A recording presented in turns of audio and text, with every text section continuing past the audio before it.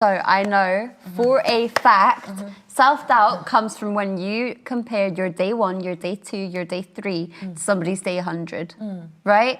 Like for me, for example, like I said, like in my example of how I'm being a student teacher, I know I'm good with kids. I know that I am a pretty good student teacher, but as soon as I compare myself to like somebody who's been teaching for 10, 15 years, suddenly I'm thinking like, oh, I don't know if I'm good enough for this. And it's like, come on, I'm gonna learn the same way that they learned. I'm not gonna like walk out of the door and be the best like presenter on Reflecting Love. I'm gonna learn to do this. I'm gonna grow through it. I might not be the best right now, but I'm going to work to that point. So like, where does self-doubts come from? It's comparing my day 1 where I'm still learning and growing to somebody else's like, day 20. Yeah, exactly. or week or year 20.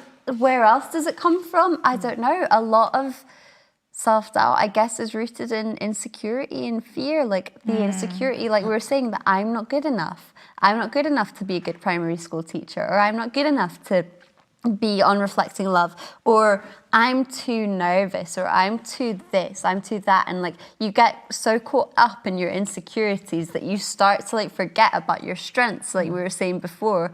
Whereas if you make decisions rooted not on avoiding your insecurities, but on like playing on your strengths, I don't know, I feel like that's how you can almost avoid self-doubts, but that's not what we're on about. We're thinking about where self-doubts are rooted from. Yeah. Would you agree though, Naomi? Do you think that they come from like For me, I comparison? think that self-doubt is rooted in two things.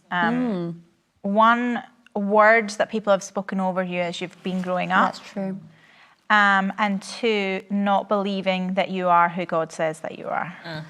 Yep. I think that if you're continually told something about yourself over and over and over again in a negative way, then you can really start to accept that. So like as a child, I was always told, oh, Naomi, you're emotional, you're over the top, you're dramatic, you're